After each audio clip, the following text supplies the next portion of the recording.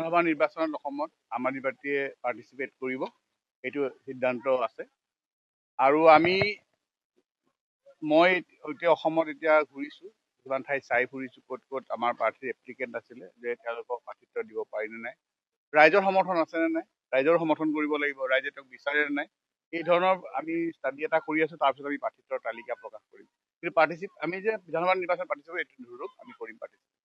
কেইটা সমষ্টিত কৰিম, ক'ত ক'ত কৰিম, এইটো আমি লাহে লাহে আপোনালোক ঘোষণা কৰিম। আজি এই অনুষ্ঠানটো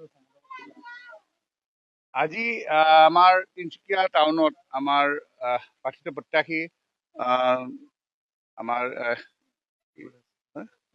শংকৰ দাস ডাঙৰীয়াৰ মানে নেতৃত্বত এখন যোগদান সভা হৈছিলে আৰু কিছু ব্যক্তি যোগ দিছিলে। আৰু এইখিনিত আমাৰ এনেকুৱা ধৰণৰ যোগদান সভা গোটেই অসমতে হৈ আছে। বিভিন্ন ঠাইত বিভিন্ন ধৰণৰ আমাৰ নেতৃত্ব গৈ আছে, গৈ তাত কাম হৈ আছে। গতিকে মানুহে আম আদমি পাৰ্টিটো আঁকোৱালি লৈছে নে নাই, সেইটো এটা চেষ্টা আমি চলাইছো, যে মানুহে বিচাৰিছে নে নাই আম আদমি পাৰ্টি। কাৰণ মানুহে বিচাৰিব লাগিব, তেওঁলোকে বুজি পাব লাগিব যে আচলতে ৰাইজে ৰাইজৰ অধিকাৰ সম্পূৰ্ণ কৰে, ভোট দিয়ে। কিন্তু তেওঁলোকে ভোট দি যাক নিৰ্বাচিত কৰি পঠিয়াই, তেওঁৰ কাম নকৰে, যে এই কথাটো ৰাইজে জানিব লাগিব। সেইটো জনাবৰ কাৰণে আমি তেওঁলোকৰ ওচৰত আহিছো। আৰু বিভিন্ন ধৰণে আমি বুজাবলৈ চেষ্টা কৰিছো, কিমান বুজিছে ৰাইজে।